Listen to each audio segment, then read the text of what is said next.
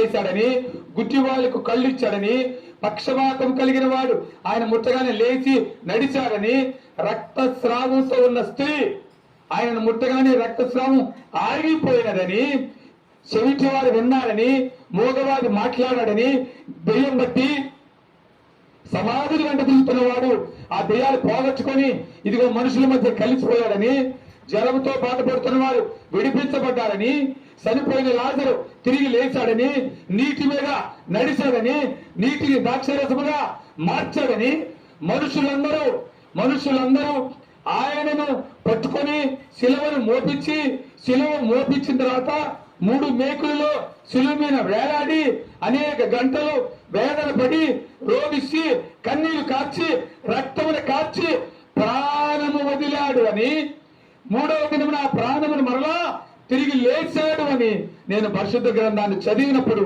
నా హృదయము తెలుసుకున్నదప్పుడు అప్పుడు నేను అనుకున్నాను, యేసుక్రీస్తు దేవుడు, యేసుక్రీస్తు పరిశుద్ధుడు, యేసుక్రీస్తు పరిశుద్ధంగా పుట్టాడు.